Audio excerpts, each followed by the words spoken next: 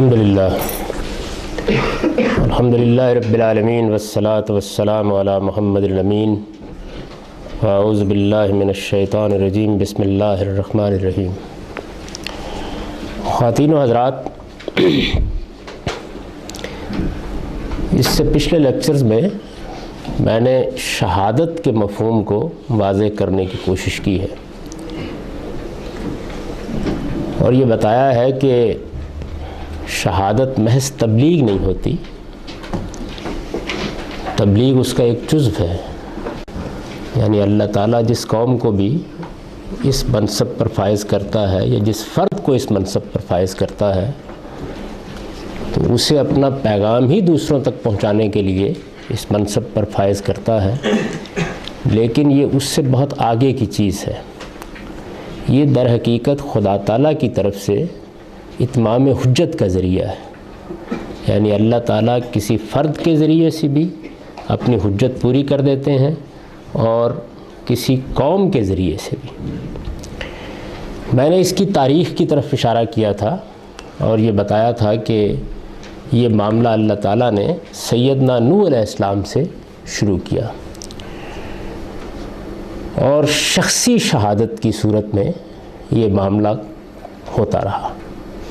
یعنی اللہ تعالیٰ کی طرف سے ایک کے بعد دوسرا رسول بھیجا جاتا رہا اور اللہ کے وہ پیغمبر، اگر آپ ان کی تاریخ کا مطالعہ کریں تو یہ شہادت اسی طرح قائم کرتے رہے کہ خود اپنی ذات میں وہ حق کا نمونہ بنے، پھر ان کی اپنی ذات کے ساتھ بھی اللہ تعالیٰ نے وہی معاملہ کیا جو کسی کو جزا و سزا کا نمونہ بناتے وقت کیا جاتا ہے۔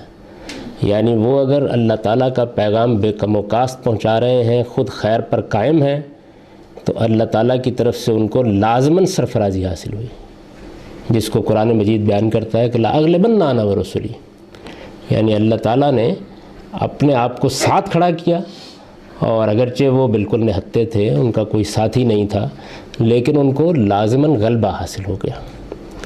اور اگر ان میں سے کسی سے کوتاہی ہوئی تو معاملے کو قیامت پر نہیں اٹھا رکھا گیا، فوراً اس کی سزا دی گئی۔ اس کی رسولوں کی تاریخ میں سب سے نمایاں مثال سیدنا یونس علیہ السلام ہے۔ یعنی جیسے ہی ان سے کوتاہی ہوئی تو ان کو اللہ تعالیٰ نے مچھلی کے پیٹ میں ڈال دیا، اور قرآن مجید کے ان مقامات کو پڑھنے سے معلوم ہوتا ہے کہ اس میں بڑا سخت لب و لہجہ ہے۔ اور رسول اللہ صلی اللہ علیہ وسلم کو جب اس منصب پر فائز کیا گیا تو خاص طور پر ان کی مثال دے کر یہ بتایا گیا ہے کہ وَلَا تَكُنْ كَصَاحِبِ الْحُوتِ۔ یعنی اس مچھلی والے یونس کی سی کوتاہی نہ کر بیٹھنا، اس کو ہم نے مچھلی کے پیٹ میں ڈال دیا تھا، اور وہ اگر توبہ و استغفار کرنے والا نہ ہوتا، ہماری تسبیح و تحلیل کرنے والا نہ ہوتا، تو پھر قیامت تک اسی مچھلی کے پیٹ میں پڑا رہتا۔ یعنی اس معاملے میں اصول یہ ہے کہ جس کو اس منصب پر فائز کیا جائے گا وہ خود اللہ کی جزا و سزا کا نمونہ بن جائے گا۔ یعنی اگر وہ حق پر قائم ہے، یہ اللہ کا عمومی قانون نہیں ہے انسانوں کے بارے میں، حق پر قائم ہے تو سرفرازی لازماً حاصل ہوگی، اس کو غلبہ حاصل ہو جائے گا۔ اور اگر وہ اس سے ادنا درجے میں بھی کوئی انحراف کرتا ہے، سیدنا یونس کا انحراف ایسا نہیں تھا کہ اس میں کوئی جانب نفس کا دخل تھا، اس کے باوجود اللہ تعالیٰ نے اس پر بہت سخت تنبیہ کی، اور یہ کوئی معمولی معاملہ نہیں ہے، دو لفظوں میں بیان ہو جاتا ہے۔ مچھلی نے ان کو نگل لیا، اور قرآن مجید یہ کہتا ہے کہ اگر ایسا نہ ہوتا تو لنبذ بالعراء، اسی چٹیل میدان میں اس کو، اور مذموم ہو کے، یعنی وہ قابل مذمت ہو کر رہتا قیامت تک۔ یہ اس میں قرآن کا لب و لہجہ ہے، یہ ایک مثال ہے اس کی۔ دوسرا پہلو اس کا یہ ہوتا ہے کہ جب وہ حق پر قائم ہو جاتا ہے اور اس کو غلبہ حاصل ہو جاتا ہے تو اللہ تعالیٰ کہتے ہیں کہ میری حجت پوری ہو جاتی ہے اس کے نتیجے میں۔ یعنی چونکہ وہ جزا و سزا کا نمونہ بن گیا ہے تو اب میری حجت پوری ہو جاتی ہے، تو پھر جن لوگوں پر اس کے ذریعے سے میری حجت پوری ہو جاتی ہے، یعنی جن کے سامنے یہ واقعہ ہو جاتا ہے، جو اس واقعے کو دیکھ لیتے ہیں، تو ان کو پھر میں سزا دیتا ہوں، یعنی پھر میرا عذاب آ جاتا ہے۔ چنانچہ یہ جتنے رسول ہیں ان سب رسولوں کے بارے میں ہم کو یہ معلوم ہے، خواہ وہ حضرت ہود ہوں یا حضرت صالح ہوں یا حضرت لوط ہوں یا حضرت شعیب ہوں، کہ جب وہ اس منصب پر فائز ہوئے اور خود اللہ کی جزا و سزا کا نمونہ بن کر دنیا میں رہے اور ان کو غلبہ حاصل ہوا، تو پھر اللہ تعالیٰ نے سزا دے دی، یعنی ان کی قوموں کو سزا دے دی۔ اگر انہوں نے نہیں مانا تو ان پر عذاب کا تازیانہ برسا، اور دنیا نے اپنی آنکھوں کے ساتھ سامنے یہ دیکھ لیا، اور وہ اس کی جو قرآن تفصیل بیان کرتا ہے تو اس میں کوئی ابہام نہیں ہوتا، یعنی وہ کوئی مبہم بات نہیں ہوتی جس کی کوئی تعویل کی گنجائش ہو۔ باقاعدہ الٹیمیٹم دے کر اتنے دن کی مدت ہے، اس کے بعد عذاب آ جائے گا، وہ آ جاتا ہے۔ قرآن مجید نے بیان کیا اس کو، یعنی اس کے لیے ایک متعین وقت طے کر دیا جاتا ہے، قوم کو بتا دیا جاتا ہے کہ یہ اس وقت آئے گا۔ رسول اللہ صلی اللہ علیہ وسلم کے بارے میں بھی وہ الٹیمیٹم قرآن مجید کی سورہ توبہ میں بیان ہوا ہے، اس میں بتا دیا گیا تھا کہ یہ 4 مہینے ہیں آج کے دن کے بعد سے، اس میں سنبھلنا ہے تو سنبھل جاؤ، ورنہ ٹھیک اس کے بعد اللہ کی عذاب کا تازیانہ برسنا شروع ہو جائے گا۔ اس کی نوعیت یہ ہوتی ہے۔ تو گویا اگر چند لفظوں میں بیان کیا جائے تو شہادت یہ ہے کہ اللہ تعالیٰ کسی فرد یا جماعت کو اس حیثیت سے دنیا میں کھڑا کر دیں کہ وہ اگر حق پر قائم ہو، اللہ کے حکموں کو مانے، تو اس کو لازماً سرفرازی حاصل ہو، خدا اس کے ساتھ کھڑا نظر آئے، لازماً سرفرازی ہے، اور وہ سرفرازی بھی کوئی مبہم چیز نہیں بلکہ اس کو غلبہ حاصل ہو جائے، جس کو ہم سیاسی غلبہ کہتے ہیں، جو سب سے زیادہ مشہود اور واضح چیز ہوتی ہے وہ اس کو حاصل ہو جائے، یہ اس کا ایک پہلو ہے۔ اور اگر وہ خود کہیں حق سے انحراف کرے تو اس کو فوراً دنیا میں سزا دے دی جائے، اور جو لوگ اس کے ذریعے سے حق کو پائیں اور ان پر اس ذریعے سے اتمام حجت ہو جائے، ان کو بھی سزا دے دی جائے۔ یعنی یہ چیز جو ہے، یہ وہ چیز ہے جس کو قرآن مجید میری تحقیق کے مطابق شہادت قرار دیتا ہے، گواہی قرار دیتا ہے، یعنی یہ وہ جگہ ہے۔ اب آپ یہ دیکھیے کہ میں نے اس کی تاریخ بتاتے ہوئے آپ سے عرض کیا تھا کہ جو اس کا پہلا باب ہے وہ سیدنا ابراہیم پر مکمل ہوا ہے۔ سیدنا لوط ان کے بھتیجے ہیں، اور سورہ اعراف سے معلوم ہوتا ہے کہ لوط علیہ السلام کے کم و بیش ساتھ ہی کے زمانے میں حضرت شعیب آخری پیغمبر ہیں، آخری شخصیت ہیں جو رسالت کے منصب پر فائز ہوئی ہے۔ تو سیدنا ابراہیم نے اپنی قوم پر اتمام حجت کیا، ان کا ذکر قرآن مجید میں آ گیا ہے، لوط نے کیا۔ یہ قریبی تاریخ میں یعنی سیدنا ابراہیم تک شخصی دینونت کا یہ طریقہ اس طرح قائم رہا ہے، اور اس میں جس طرح لوط کی قوم کے بارے میں بھی پوری تفصیل قرآن نے بیان کی ہے، کس طرح فرشتے سیدنا ابراہیم علیہ السلام کے پاس آئے، انہوں نے آ کر بتایا کہ اب اس قوم کا فیصلہ ہو چکا ہے اور ہم اس پر عذاب کا تازیانہ برسانے کے لیے آئے ہیں۔ اس موقع کے اوپر ابراہیم علیہ السلام نے اللہ تعالیٰ کے ساتھ مجادلہ کیا، اللہ تعالیٰ نے اس کی بڑی تحسین کی ہے کہ ابراہیم بہت نرم خو اور نرم دل تھے، تو وہ ہمارے ساتھ جھگڑنے لگ گئے قوم لوط کے بارے میں۔ اور بائبل میں جس طرح اس کو بیان کیا گیا ہے کہ انہوں نے کہا کہ اگر 50 راست باز ہوں گے تو کیا پھر بھی یہ ساری قوم تباہ ہو جائے گی؟ تو اللہ تعالیٰ نے کہا 50 بھی نہیں ہے۔ انہوں نے کہا اگر 40 ہوں گے تو کیا پھر بھی یہ ساری قوم تباہ کر دی جائے گی؟ تو اللہ تعالیٰ نے فرمایا 40 بھی نہیں ہے۔ یہاں تک کہ بات جب 10 پر آ گئی تو اس کے بعد حضرت ابراہیم نے بھی ہاتھ اٹھا لیا، اور پھر قرآن مجید بتاتا ہے کہ کیسے وہ فرشتے گئے اور جو بیماری اس قوم کو لگی ہوئی تھی اسی کا ان کو سامنا کرنا پڑا، اور پھر لوط سے کہا گیا کہ وہ رات رات میں نکل جائیں اور پیچھے مڑ کر نہ دیکھیں، اس بستی کو اب ہم نے تباہ کر دینا ہے، اور صبح پھر وہ بستی کھنڈر بن گئی۔ یعنی اس کی بھی قرآن مجید نے پوری تفصیل بیان کی ہے۔ یہ جو عذاب ہے ان میں سے بعض کے بارے میں عربوں کے ہاں بڑی کبھی روایات پہلے سے موجود تھیں، یعنی ان کے ہاں یہ معلوم تھا کہ یہ اس طریقے سے آتے رہے ہیں، چنانچہ قرآن مجید نے ان عذابوں کو بھی اتمام حجت کی ایک دلیل کے طور پر پیش کیا کہ اللہ کی دینونت یا اس کی جزا و سزا اس دنیا میں اس طرح برپا کر کے دکھائی جاتی رہی ہے۔ میں نے یہ عرض کیا تھا کہ چونکہ مذہب کا بنیادی مقدمہ یہی ہے کہ ایک پروردگار ہے، اس کے حضور میں جواب دہی کے لیے پیش ہونا ہے، اور یہ جواب دہی عمل صالح کی بنیاد پر ہوگی، تو اسی کا نمونہ رسولوں کی اس دینونت میں دکھا دیا جاتا ہے۔ قرآن مجید سے اور بائبل سے معلوم ہوتا ہے کہ یہ معاملہ اللہ تعالیٰ نے ایک دوسری صورت میں تبدیل کیا ہے سیدنا ابراہیم سے۔ چنانچہ میں نے آپ کو قرآن مجید کا وہ حصہ سنایا تھا جس میں قرآن نے یہ بتایا ہے کہ ابراہیم علیہ السلام کی اولاد کو، ان کی ذریت کو اللہ تعالیٰ نے پھر بحیثیت قوم اس منصب پر فائز کر دیا۔ یعنی میں نے یہ گزارش کی تھی کہ یہ بالکل معنوی لحاظ سے رسالت ہے، وہ ایک فرد کو حاصل ہوتی ہے، یہ ایک پوری قوم کو حاصل ہو گئی، اور یہی چیز ہے جس کو قرآن مجید امامت کے لفظ سے تعبیر کرتا ہے۔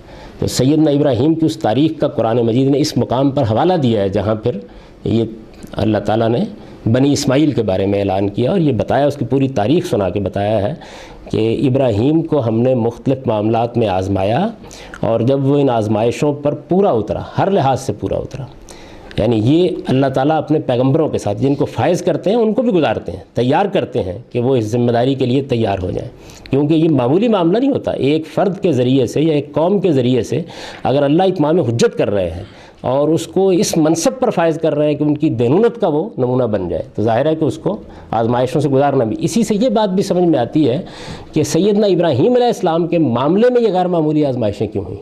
چنانچہ قرآن نے اس کا حوالہ دیا ہے کہ ہم نے ان کو آزمایا اور فاتمہن، یعنی ہر لحاظ سے پورا کر دیا انہیں، کوئی کمی کوئی کسر باقی نہیں رہ گئی۔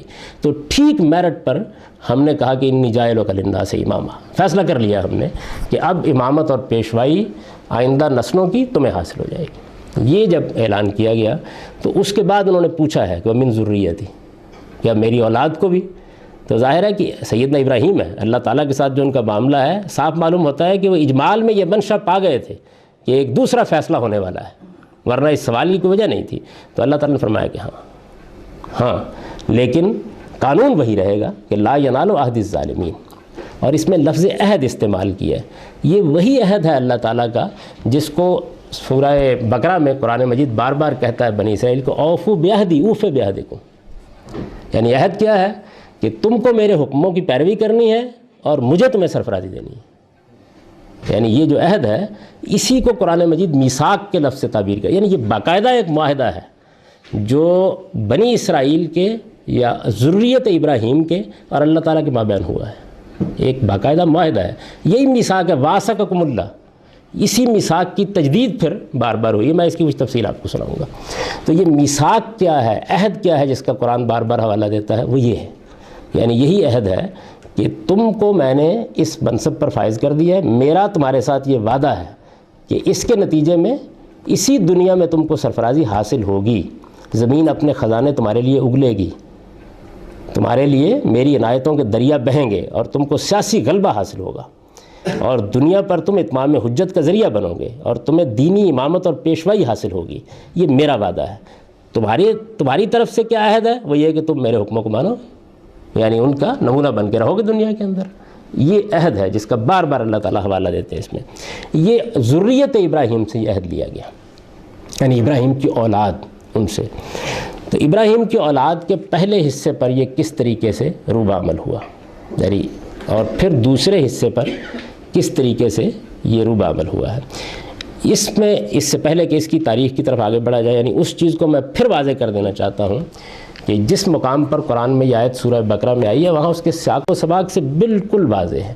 یعنی مسئلہ کیا ہوا ہے، آیت 39 سے کسی پہلے کی مسلمان قوم کو نہیں، بنی اسرائیل کو مخاطب کیا گیا ہے۔ یا بنی اسرائیل یعنی ذریت ابراہیم کی ایک شاخ زیر بحث ہے، اسرائیل کی اولاد زیر بحث ہے۔ اتنی عربی تو آپ لوگ بھی جانتے ہو نا، بنی اسرائیل، اسرائیل کی اولاد، سیدنا یعقوب کی اولاد ہے جس کو اس منصب پر فائز کیا گیا ہے، اور وہ زیر بحث ہے، یعنی ابراہیم کی اولاد کی ایک شاخ، اس کو اللہ تعالیٰ نے یہ ذمہ داری دی۔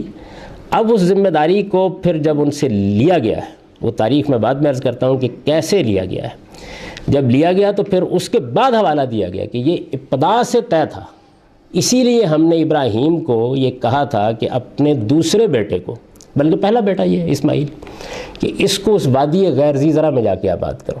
وہ وجہ نہیں ہے نا ورنہ آباد کرنے کی، اس کو وہاں آباد کرو، وہاں ہمارا گھر جو ہے اس کی تعمیر اٹھاؤ، اور اس جگہ پر اسماعیل اپنی زندگی کی ابتدا کرے گا۔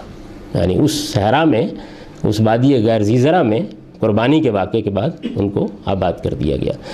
اس موقع کے اوپر بھی صاف معلوم ہوتا ہے، کیونکہ آگے قرآن نے اس کا حوالہ دیا ہے کہ فیصلہ ہمارا تھا، لیکن ابراہیم نے ایما پا کر اس موقع کے اوپر اس کو موقت کرایا۔ اصل میں پیغمبروں کی جن لوگوں نے تاریخ اور مزاج کو دیکھا ہے تو خدا کا ایما جب کسی برکت کے لیے وہ پا لیتے ہیں تو پھر خود اپنی دعا اس میں شامل کر دیتے ہیں تاکہ اس کی جواب میں وہ موقت ہو جائے۔ تو انہوں نے جو دعا کی ہے اس میں بھی دیکھیے کہ اس میں رسول بعد میں ہے، ذریت ابراہیم کی اس شاخ کے لیے شہادت کا منصب پہلے ہے، یعنی اصلاً ان کو ملا ہے۔ تو اب دیکھیں ان میں کیا کہا ہے، انہوں نے کہا ربنا وجعلنا مسلمین لک، یہ اسماعیل اور ابراہیم دونوں ہیں، مثنیٰ کا صیغہ ہے، پروردگار ہم دونوں کو اپنا حکم بردار بنا کے رکھنا، کیونکہ یہ تو شرط ہے نا اس امامت کی، رکھنا، اور وہ من ذریتنا، اور ہم دونوں کی اولاد۔ اب وہ کون سی اولاد؟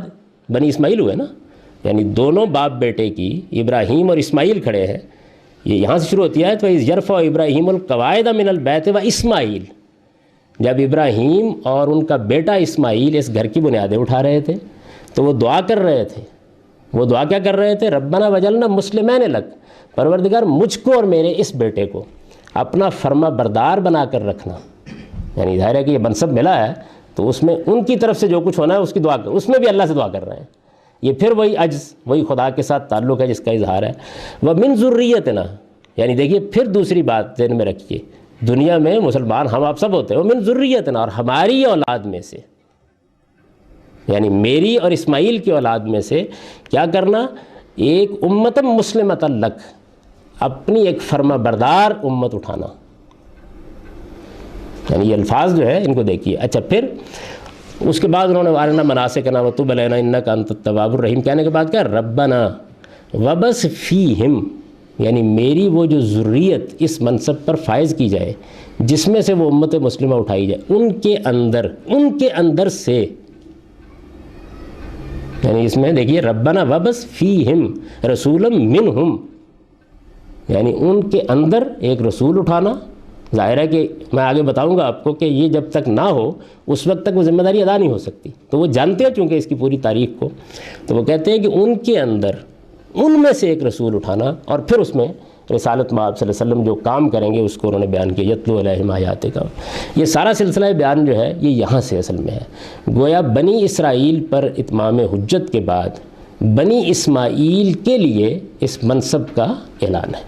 یہ جو آیت اس وقت زیر بحث ہے اس میں کم کی ضمیر مخاطب، اس آیت کو اگر آپ سامنے رکھیں تو اس کا مرجع کون ہے؟ بنی اسماعیل، ذریت ابراہیم کی دوسری شاخ، جن کے لیے دعا کی گئی تھی، جن میں اس پیغمبر کو اٹھنا تھا۔ اس کو سامنے رکھ لیجئے۔ ابھی یہ ضمیر مخاطب ہے جو زیر بحث ہے، یعنی تم سے مراد کیا ہے؟ تو تم سے مراد یہ سارا سیاق و سباق میں نے اس لیے واضح کر دیا۔ میں نے عرض کیا تھا کہ سورہ حج میں وہ پہلے آئی ہے آیت، یعنی یہ بعد میں آئی ہیں، ان میں ساری تاریخ کا حوالہ دیا گیا ہے، حج کی آیات پہلے ہے، اور اس میں خاص طور پر اس کو وہاں نمایاں کر دیا ہے۔ وہ آیت بھی اپنے اصل سیاق و سباق میں آپ سن لیجئے تاکہ یہ کوئی ابہام باقی نہ رہے کہ یہاں کوئی عمومی مسئلہ زیر بحث نہیں ہے، یہ بنی اسماعیل زیر بحث ہے جن کو اس منصب پر فائز کیا جا رہا ہے۔ تو اس میں بھی دیکھیے اس کی ابتدا بہت شاندار ہے۔ فرمایا ہے، یہ میں نے جو عرض کیا نا کہ اللہ تعالیٰ رسالت مانوی دیتے ہیں قوم کو، شروع ہوتی ہیں آیات اللہ یستفی من الملائکۃ رسلا و من الناس، اللہ انتخاب کرتا رہتا ہے فرشتوں میں سے بھی رسولوں کا اور انسانوں میں سے بھی۔ ان اللہ سمیع بصیر یعلم ما بین ایدیہم وما خلفہم، ظاہر ہے کہ اس انتخاب کے لیے ماضی کا علم بھی چاہیے اور مستقبل کا بھی قطعی علم چاہیے، تو وہ جانتا ہے جو کچھ آگے پیش آنے والا ہے اور جو کچھ پیچھے پیش آ چکا ہے۔ وَإِلَى اللَّهِ تُرْجَعُ الْأُمُورُ، اور معاملات اس دنیا میں فیصل ہو کر اللہ ہی کے حضور میں پیش ہوتے ہیں۔ یا ایھا الذین آمنوا ارکعوا واسجدوا واعبدوا ربکم وافعلوا الخیر لعلکم تفلحون۔ ایمان والو، یہ اب بنی اسماعیل جو ایمان لا چکے ہیں ان کو خطاب کیا ہے کہ ایمان والو رکوع کرتے رہا کرو، سجدہ ریز رہا کرو، اپنے پروردگار کی بندگی کرو، نیکی اور بھلائی کے کام کرو، لعلکم تفلحون، تاکہ تم فلاح پا جاؤ، وجاہدوا فی اللہ حق جہادہ، اور یہ جو ذمہ داری تم کو اب دی جا رہی ہے یہ اللہ کی ذمہ داری ہے، اللہ کی اس راہ میں جد و جہد کرو، یہ ایک بڑا کام ہوتا ہے، جس طرح کے اس جد و جہد کا حق ہے۔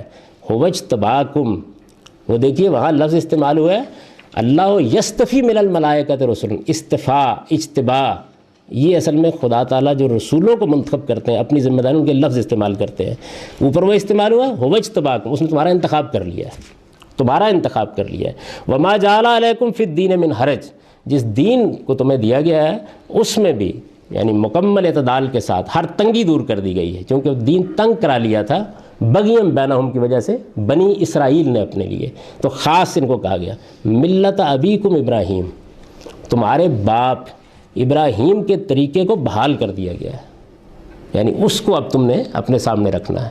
تمہارے باپ یعنی الفاظ ذہن میں رکھیے، وہی ذریت ابراہیم ہے جو زیر بحث ہے. ہوا سماکم المسلمین، اس نے تم کو مسلمان کا نام دیا تھا. وہ ہے نا انہوں نے جو کہا ہے، اس نے تم کو مسلمان من قبل، اس سے پہلے بھی، وفی حاذا، اور اب بھی تمہارا نام یہی اللہ تعالیٰ نے منتخب کیا ہے. اب وہ آیت آتی ہے لیکون الرسول شہیدا علیکم وتکونوا شہداء علی الناس. تو اس کی ترتیب یہ ہوگی کہ رسول تم پر گواہی قائم کر دے گا اور پھر تم باقی انسانوں کے اوپر گواہی قائم کرو گے. یہ اس کا طریقہ ہوگا. فاقیموا الصلاۃ، لہٰذا نماز کا اہتمام رکھو. وآتوا الزکاۃ، اور زکوٰۃ دیتے رہو. واعتصموا باللہ، یہ اصل میں اس عہد کا بیان ہے. اور خدا کی رسی کو یعنی قرآن جو تمہیں دیا گیا اس کو مضبوطی کے ساتھ پکڑے رکھو. ہوا مولاکم، خدا تمہارے ساتھ ہے. فنعم المولا ونعم النصیر، اس سے بڑھ کر کوئی ساتھ دینے والا نہیں ہے اور اس سے بڑھ کر کوئی مدد کرنے والا نہیں ہے. یعنی یہ اصل میں بنی اسماعیل کا فرمان تقرر ہے. یہ سورہ حج جو ہے یہ ہجرت کے موقع کے اوپر آئی ہے اور اس میں یہ بتا دیا گیا کہ اب موقع آ گیا ہے، ہم اس طریقے سے تمہارا تقرر کر رہے ہیں. اس بات کے واضح ہو جانے کے بعد اب یہ دیکھیے کہ شہادت کیا ہے، اس کو پھر ذہن میں تازہ کر لیجئے. جیسے میں نے ابھی شروع میں اس کی تفسیر کی ہے، یعنی کسی فرد یا کسی جماعت کو اللہ منتخب کر لے، منتخب کر کے اس کو اپنی دینونت کا نمونہ بنا دے دنیا میں. دینونت کا نمونہ بنانے کا کیا مطلب ہے؟ یعنی وہ حق پر قائم ہو تو اس کو لازماً سرفرازی حاصل ہوگی، اس کے ذریعے سے دوسروں پر اللہ کی حجت پوری ہوگی اور اللہ تعالیٰ اس اتمام حجت کے نتیجے میں دوسروں پر عذاب نازل کر دیں گے، خواہ وہ ان کے ہاتھوں سے کریں یا آسمان سے کریں. یعنی یہ اس کا ایک حصہ. وہ خود حق سے انحراف کریں گے تو اسی دنیا میں فوراً ان کو سزا دے دی جائے گی، اسی دنیا میں فوراً سزا دے دی جائے گی. چنانچہ میں نے آپ سے عرض کیا کہ شخصی دینونت کے زمانے میں یہ معاملہ تمام رسولوں کے ساتھ ایسے ہی ہوا. وہ خود حق کا نمونہ بنے اور وہ حق پر قائم ہوئے، خدا نے ان کو سرفرازی دی، اور جب انحراف کیا جس کی نمایاں ترین مثال سیدنا یونس علیہ السلام ہے، فوراً سزا دے دی گئی، یعنی وہ دینونت کا نمونہ بن گیا. اب اس کے بعد یہ دیکھیے کہ ذریت ابراہیم کو جب اس منصب پر فائز کیا گیا، اور یہ بڑی حکیمانہ بات ہے، یعنی شخصی دینونت جب ابھی دنیا میں سیدنا نوح کا گویا زمانہ اور اس کے بعد کا زمانہ ہے، ابھی دنیا اس طرح نہیں پھیلی، اس میں ابھی تہذیبیں اور قومیں وجود میں آنی نہیں شروع ہوئیں. جیسے ہی یہ معاملہ ہو تو پوری کی پوری امت کھڑی کی گئی ہے اس جگہ کے اوپر، یعنی اب ذریت ابراہیم کو کھڑا کر دیا گیا. اب اس کے بعد رسول اور پیغمبر ان کے لیے اور ان کے اندر آتے ہیں، باقی دنیا کا معاملہ ختم ہو گیا. اس کے بعد دنیا کی تاریخ خالی ہے. قرآن مجید بھی یہی بتاتا ہے، یعنی جس امت کو اس منصب پر فائز کیا گیا اب ان کا حضرت مسیح رسول الی بنی اسرائیل، یعنی وہ ان کے اندر آتے ہیں اور ان کے حوالے سے کسی دوسرے پر اگر معاملہ ہوتا ہے تو وہ ہوتا ہے. تو یہ صورتحال جو ہے، اس صورتحال میں آپ سب سے پہلے یہ دیکھیے کہ بنی اسرائیل کے ساتھ یہ معاملہ کیسے ہوا. یعنی سیدنا ابراہیم کے بعد میں نے آپ سے عرض کیا تھا کہ سیدنا اسحاق ان کے بیٹے ہیں. سیدنا اسحاق کے بیٹے یعقوب اور عیسو ہیں. تو یعقوب کو وہ برکت کی دعا ملی، یعنی وہ بائبل نے اس کو جو صورت دے دی ہے اس کو الگ رکھ لیجئے، اس میں بہت سی تعریفات ہو جاتی ہیں لیکن صاف معلوم ہوتا ہے کہ وہ یہی شکل ہوگی. یعنی اللہ سے ایما پا کر انہوں نے یعقوب کو وہ دعا دی ہے، اور چونکہ دو الگ الگ بیویوں کے بیٹے ہیں تو اس لیے وہ افسانہ وہ صورت اختیار کر گیا. بہرحال ان کو یہ دعا دی گئی. اس کے بعد ان کی اولاد ہوئی. چنانچہ سورہ یوسف جو ہے اس میں جو پہلا دینونت کا واقعہ ہوا اس کو بیان کیا قرآن مجید نے، بڑی وضاحت کے ساتھ بیان کیا. یعنی ان کے بیٹوں نے حسدا من عند انفسہم، یوسف کے معاملے میں خدا کے فیصلے کو قبول کرنے سے انکار کر دیا. نبوت دی جا رہی تھی نا، ظاہر ہے 12 کو تو نہیں دینی نا، ایک کو دی جانی ہے، قبول کرنے سے انکار کر دیا. اور اس کے آثار انہوں نے پا لیے. وہ اس کو بیان کرتے ہیں کہ باپ کی توجہات کا سارا مرکز یہی بنتا جا رہا ہے، اور ادھر اس کی سرفرازی کا خواب سامنے آ گیا، یعنی خود اپنے اندر سے بھی. چنانچہ پھر اس کے بعد انہوں نے پہلا انحراف کیا. یہ ذریت ابراہیم کا پہلا انحراف ہے، یعنی بنی اسرائیل کا پہلا انحراف ہے جس میں انہوں نے سیدنا یوسف کے بارے میں خدا کے اس فیصلے کو قبول کرنے سے انکار کیا.